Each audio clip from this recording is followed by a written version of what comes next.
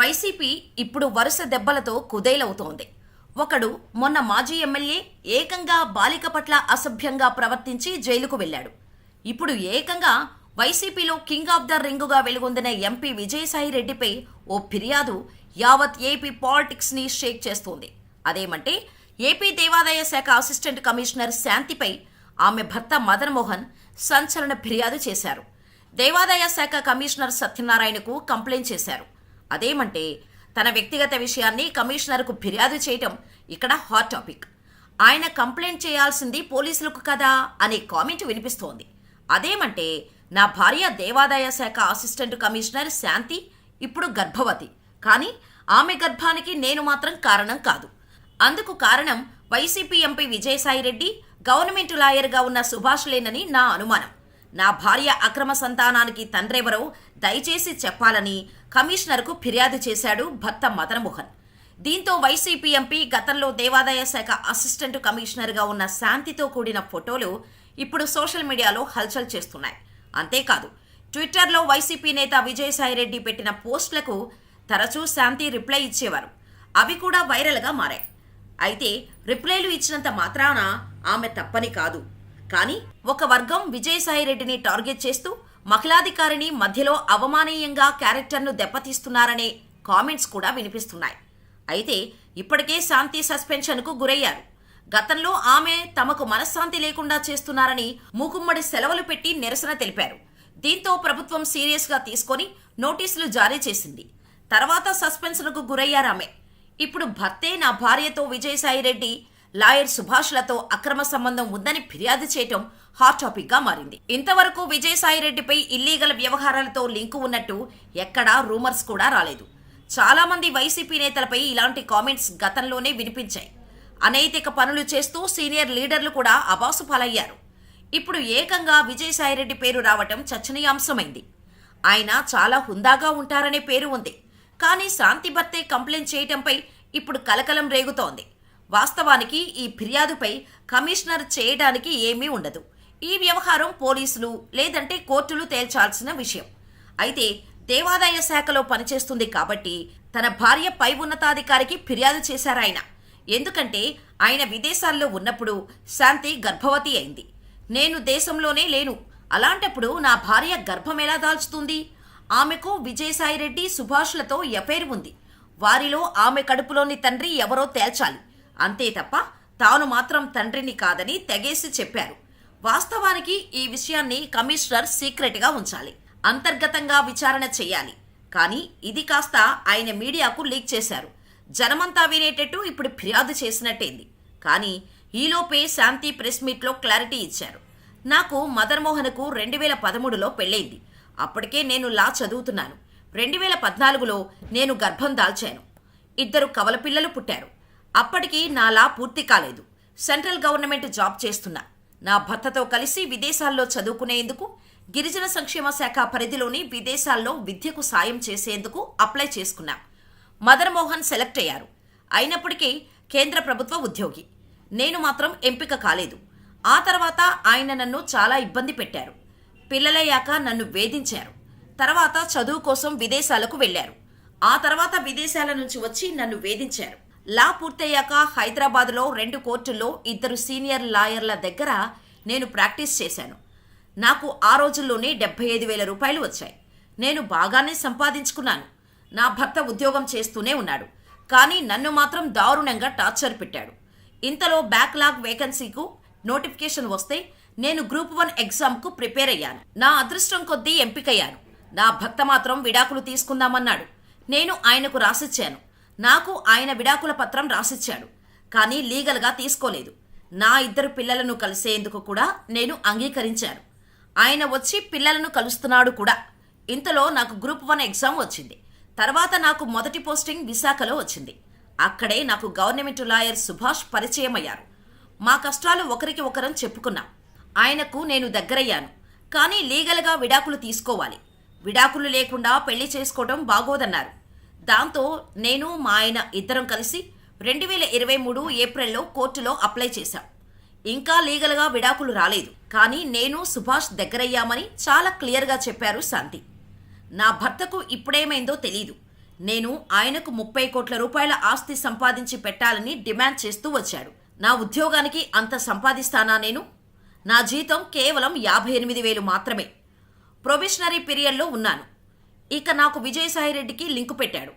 ఆయన వయసు 68 ఏళ్ళు, నా వయసు 35 ఏళ్ళు. అంత పెద్ద వ్యక్తితో నాకు అక్రమ సంబంధం అంటగడతారా? నాకు ఉద్యోగరీత్యా మొదటిసారి నేను విజయసాయిరెడ్డిని కలిశాను. దేవాదాయ శాఖ పరిధిలోని ప్రేమ, సమాజం, భూమి విషయంలో నేను పోరాడాను. అప్పుడే నాకు విజయసాయిరెడ్డి పరిచయం. మా రాయలసీమలో ఆడపిల్లలు బయటకు వెళ్లరు, నాయకుడు తెలీదు. మొదటిసారి నేను అంత పెద్ద నాయకుడిని చూశాను. ఆయనతో భూమి విషయంలో ప్రభుత్వ వ్యవహారాల్లోనే మాట్లాడాను. ఒక గిరిజన మహిళను కాబట్టి ఇలా తప్పుడుగా రాస్తారా? ఎరుకుల కులంలో పుట్టిన నేను ఉద్యోగం చేయొద్దా? పని చేసుకోకూడదా? అంటూ కన్నీటి పర్యంతమయ్యారు సునీత. గిరిజన మహిళను కాబట్టే నన్ను టార్గెట్ చేశారు. 100 కోట్లు సంపాదించానని ఆంధ్రజ్యోతిలో రాశారు. అందులో 35 కోట్లు మదన్ మోహన్ అడుగుతున్నారు. నన్ను ఒక అధికారి చేయి పట్టుకొని తప్పుగా ప్రవర్తిస్తే ఎవడేవురా నువ్వు అని నిలదీశాను. అతని మీదే ఇసుక పోశాను. తప్పుగా ప్రవర్తిస్తే మీరు మాత్రం ఊరుకుంటారా అంటూ శాంతి కన్నీళ్లు పెట్టుకున్నారు.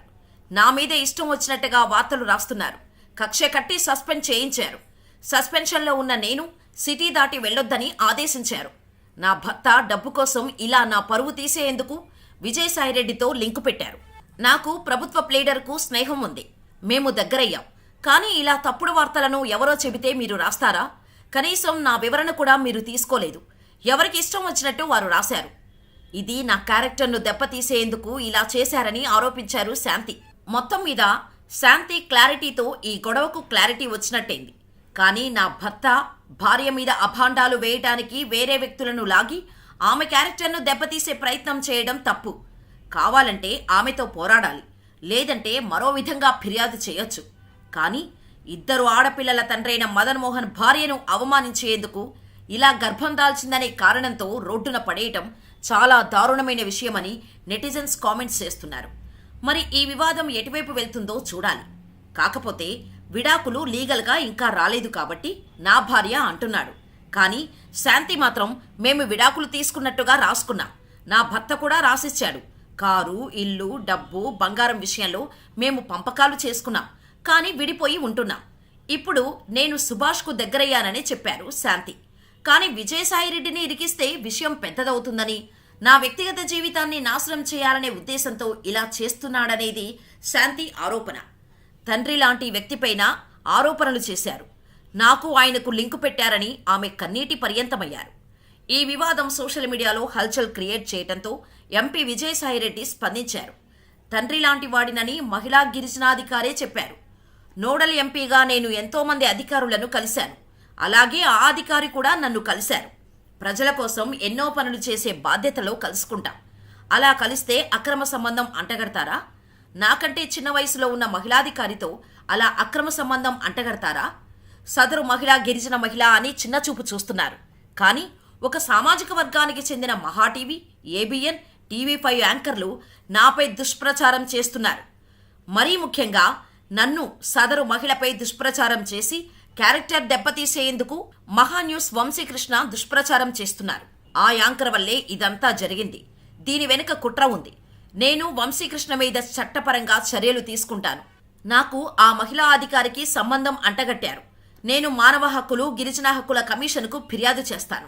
లోక్సభలో నేను వంశీకృష్ణపై ప్రైవేట్ ప్రివిలేజ్ మోషన్ను మూవ్ చేస్తాను. గుడ్డిగా ఎవరో ఫిర్యాదు చేస్తే నా క్యారెక్టర్ను దెబ్బతీస్తారా? నేను దీనిని వదిలిపెట్టను. నాపై ఆరోపణలు చేసిన వారిపై చర్యలు తీసుకునేలా చట్టపరంగా ముందుకు వెళ్తానని హెచ్చరించారు. ఎవరో కంప్లైంట్ చేస్తే మీడియాలోని ఓ వర్గం కావాలని టెలికాస్ట్ చేసింది. మహిళా క్యారెక్టర్ను కూడా ఇలా దెబ్బతీస్తారా? మీకు అక్కా చెల్లెళ్ళు, అమ్మ లేరా అంటూ విజయసాయిరెడ్డి తీవ్రంగా స్పందించారు. నిజంగా అమ్మ, అబ్బకు పుట్టి ఉంటే ముందు వెనుక ఆలోచించకుండా ఇలా దారుణంగా, అవమానకరంగా వార్తలు ప్రసారం చేస్తారా అని ఫైర్ అయ్యారాయన.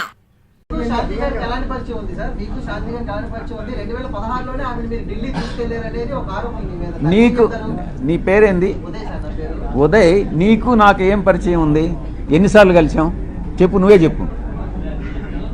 చెప్పరా బాబు. అవునా సార్? నువ్వు ఎన్నిసార్లు మన ఇద్దరం కలిసాం చెప్పు, నిజం చెప్పు నువ్వు. అంటే ఇప్పుడు నా మీద ఆరోపణలు లేదు సార్. లేదు, ఆరోపణలు మీద ఉన్నాయి. ఆరోపణలు చేస్తే వస్తాయిరా బాబు. నువ్వు ఎన్ని గంటలు కలిసావు? నువ్వు నేను ఎన్నిసార్లు కలిసాం చెప్పురా బాబు. కలలేదు సార్, కలలేదు. మనం కలవలేదు కదా, ఇప్పుడు కలిసాం కదా, ఇంక 2 సార్లు కలుస్తాం కదా, 4ఓసారి ఆరోపణలు చేస్తాం మన ఇద్దరం గే అని చెప్పి ఎవడన్నా అంటే ఏం చేస్తారా బాబు? మీరు ఒప్పుకుంటున్నారా సార్? అడిగేదానికి నీకు బుద్ధి ఉండాలా, చెప్పేదానికి నాకు బుద్ధి ఉండాలా. కానీ నెక్స్ట్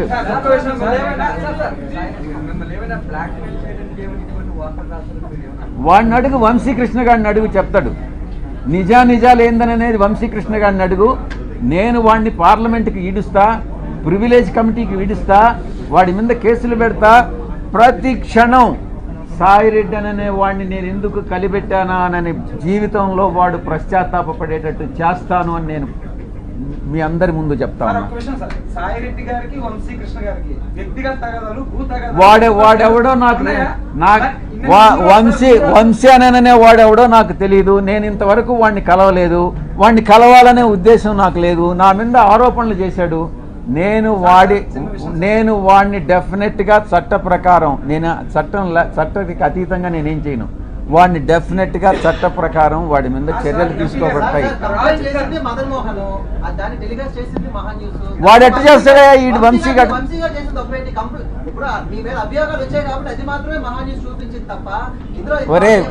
ఒరే ఉదయ్, నిన్ను నేను గే అంటాను, నువ్వేమంటావురా చెప్పు? నేను ఆరోపణ చేశాను నీ మీద.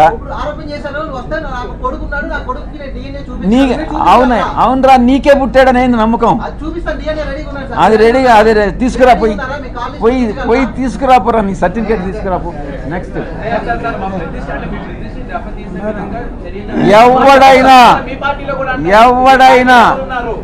ఎవరైనా మా పార్టీకి చెందిన వాళ్ళైనా, తెలుగుదేశంకి చెందిన వాళ్ళైనా, జనసేనకి చెందిన వాళ్ళైనా, జర్నలిస్టులైనా ఎవరైనా నా ప్రతిష్టకి దెబ్బతీసే విధంగా ప్రవర్తిస్తే వదిలే ప్రసక్తే లేదు అని నేను మీకు సభాముఖంగా చెప్తా ఉన్నా. అది నీకే తెలియాలిరా బాబు. ఎవరు, నీ పేరేం చెప్పు?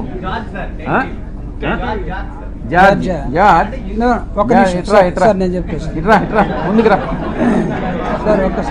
చెప్పాలా? రే బాబు ఉదయ్, నేను ఎప్పుడు ఎంపీ అయ్యాను రా చెప్పు? నేను ఎప్పుడు ఎంపీ అయ్యాను? నువ్వు చెప్పు. నువ్వు అడిగావు కదా 2016 నుంచి పరిచయం అని. నేను ఎప్పుడు ఎంపీ అయ్యాను చెప్పు? ఊరికే నువ్వు కూడా ఆరోపణలు చేసేస్తే ఎట్రా చెప్పు బాబు? నీకు చెప్పాలి.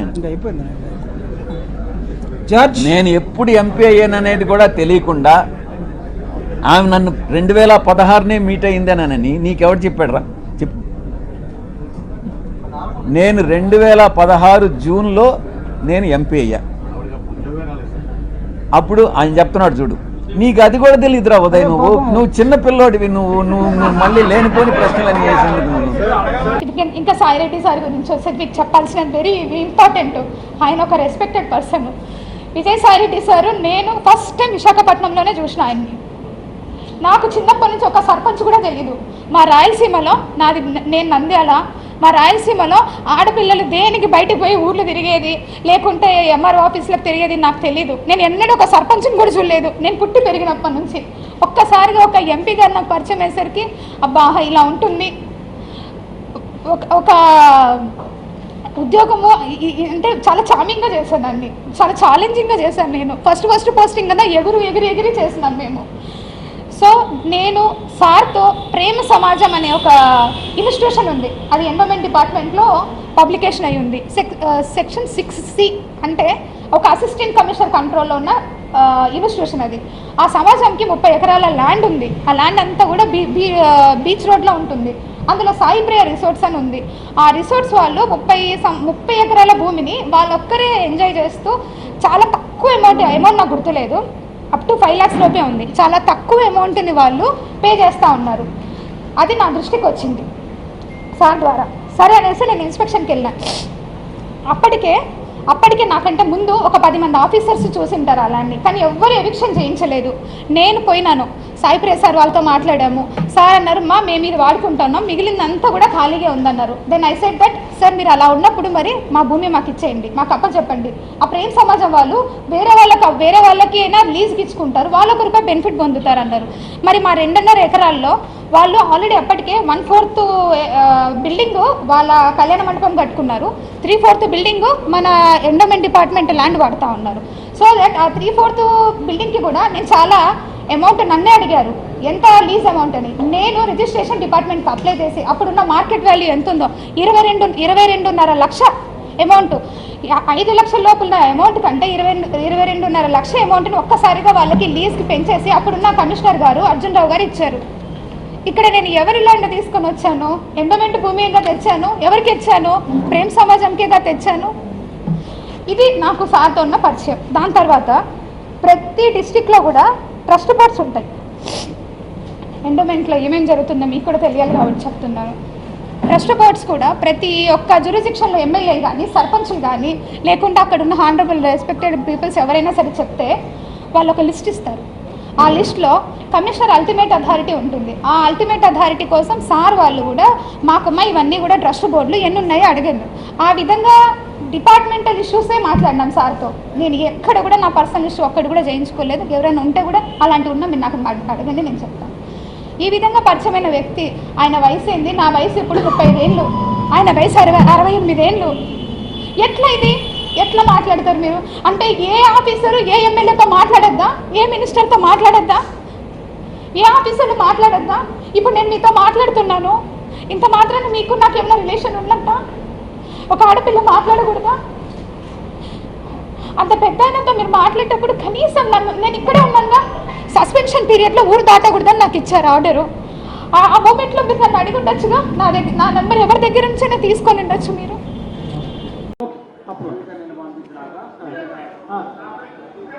సరే సార్ నిజం ఎగ్జాక్ట్. నా పేరు మానుపాటి మదన్ మోహన్, 40 ఏళ్ళు.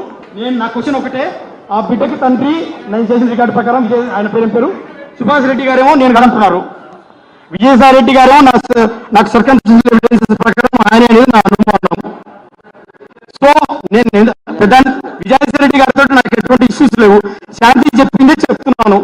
శాంతి నాకు ఏ స్టోరీ అయితే విజయసాయి రెడ్డి గారి గురించి చెప్పిందో, ఓకే నువ్వు సైలెంట్ ఉండు, ముసలా 10-15 ఏళ్ళు చచ్చిపోతాడు, మనకు డబ్బులు వస్తాయి, ఆడపిల్లలకు మిగులుతాయి, నువ్వు సైలెంట్ ఉండు అని శాంతి చెప్పిందే చెప్తున్నాను.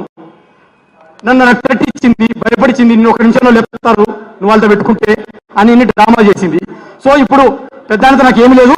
పెద్ద ఆయన if is really having high integrity, clean chit, ఈ can come for the DNA test. అది ఎవరైనా కానీ, విజయసాయి రెడ్డి గారు కానీ, జగన్ గారు కానీ, మదన్ కానీ కానీ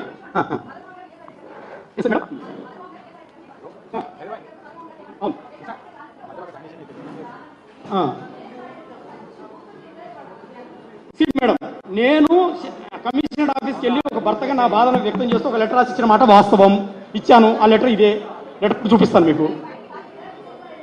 నాకు అబ్బాయి తండ్రి ఎవరో, నా భార్య DNA టెస్ట్ ద్వారా నాకు ఈ 2-3 పేర్లు పెట్టాను కదా, వాళ్ళని DNA టెస్ట్కి పిలిపించి నాకు తండ్రి ఎవరో చెప్పాలి. ఆ తండ్రి ఎవరో అనుమానాలు తీరుస్తూ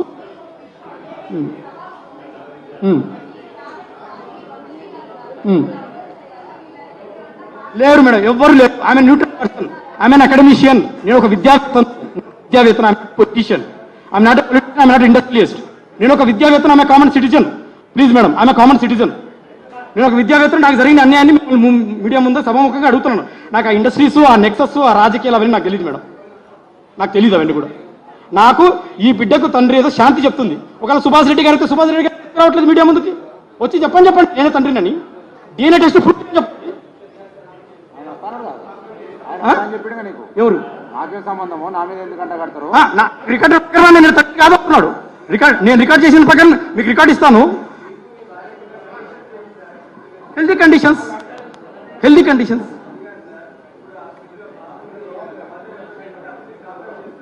లేదు. ఫస్ట్ తండ్రి ఎవరు తెలుసా, విల్ టేక్ డెసిషన్. ముందు తండ్రి ఎవరు చెప్పాలి కదా, తెలియాలి కదా సార్. ఆమె నా దగ్గర నుంచి ఏం కోరట్లేదు. మ్యూచువల్ డైవర్స్ ఇచ్చి వెళ్ళిపో లైఫ్ నుంచి అంటుంది, జీవితం నుంచి వెళ్ళిపో అంటుంది. వెళ్ళిపోతానమ్మా, నేను ఏలుకోను, ఇంకా తప్పు చేసిందని ఎలా ఎలుకుంటాను? నా బిడ్డ కదా అన్న విషయం నాకు తెలుసు. నా ఇద్దరు ఆడపిల్లలకు ఆన్సర్ కావాలి, ఆ బిడ్డకు తండ్రి ఎవరో కావాలి. అది నాకు DNA టెస్ట్ ద్వారా ప్రూవ్ చేసి నేను వదిలేస్తా. This is my divorce topic. ఎప్పుడు లేదు మేడం. ఆమెనే ఎప్పుడు నీకు డైవర్స్ ఇస్తా, నీకు పొట్ట ఉంది, నీకు బొజ్జ ఉంది, నువ్వు లావైనావు, ఆమెనే చెప్తుంది. అంటే 42 ఏళ్ళు వస్తే పొట్ట బొజ్జ రాదా మేడం? జుట్టు కూడదా? నేనన్నా ఇతికి వచ్చానా? 42 ఏళ్ళు 9 ఏళ్ళ పిల్లలు 4 ఏళ్ళు ఉంటే పెద్ద మనుషులు అవుతారు. నీకు పొట్ట ఉంది, నీకు బొజ్జ ఉంది, సిల్లీ రీజన్స్. అదే మేడం నేను ఇంత this is what I'm challenging before the media. ఆమె దగ్గర ఉన్న ఒరిజినల్ని ఫోరెన్సిక్ పంపించండి, లైట్ డిటెక్టర్ పంపించండి, నన్ను పిలవండి. ఫోరెన్సిక్ పంపిస్తే ఇది జూన్ 11వ తారీఖు 2024లో డమ్మీ ఫేక్ డాక్యుమెంట్. ఇది నన్ను బలవంతంగా భయపెట్టించి థ్రెట్ చేసి సైన్ తీసుకున్నారు. నేను జనవరి 3rd, 2024 పర్మనెంట్గా వచ్చాను. 2024 పర్మనెంట్గా వచ్చాను సార్.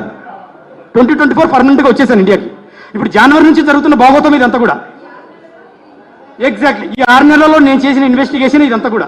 ఈ 6 నెలల్లో నేను చేసిన ఇన్వెస్టిగేషన్లో ఒక మేడం ప్లీజ్ నా పాయింట్స్ అందరూ చేసుకోండి. 12 నెలలంతా నా బేబీ అని చెప్పింది, 1 నెలంతా అన్నోన్ IVF చెప్పింది, ఓ తర్వాత known donor that is Vijayasai Reddy sir అని చెప్పింది, 1 నెలంతా లేదు IVF కాదు, డాక్యుమెంట్స్ లేవు, ఫిజికల్ రిలేషన్షిప్ అని చెప్పింది.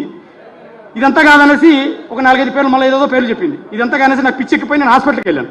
హాస్పిటల్కి వెళ్తే దాంట్లో కొత్త పేరు వచ్చింది, పోతిరెడ్డి సుభాష్ అని. మేడం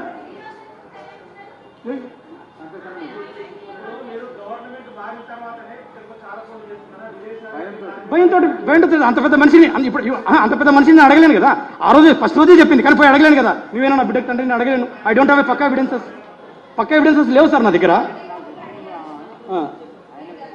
ఆమె చెప్పింది, శాంతే చెప్పింది. ఇది సార్ ఒక్కొక్కరు మేడం.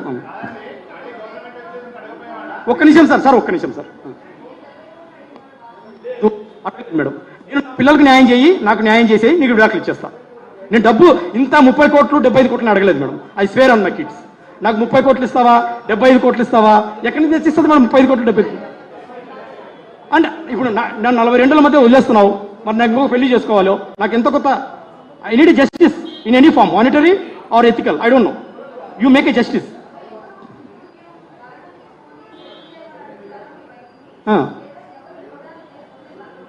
ఎవరు బిడ్డ అని తెలిసేంత వరకు I will go for fast on death.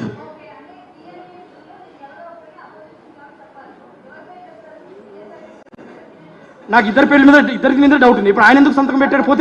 Pothireddy Subhash Reddy గారు ఎందుకు సైన్ పెట్టారు? సో ఆయన కూడా DNA టెస్ట్ రావాల్సిందే.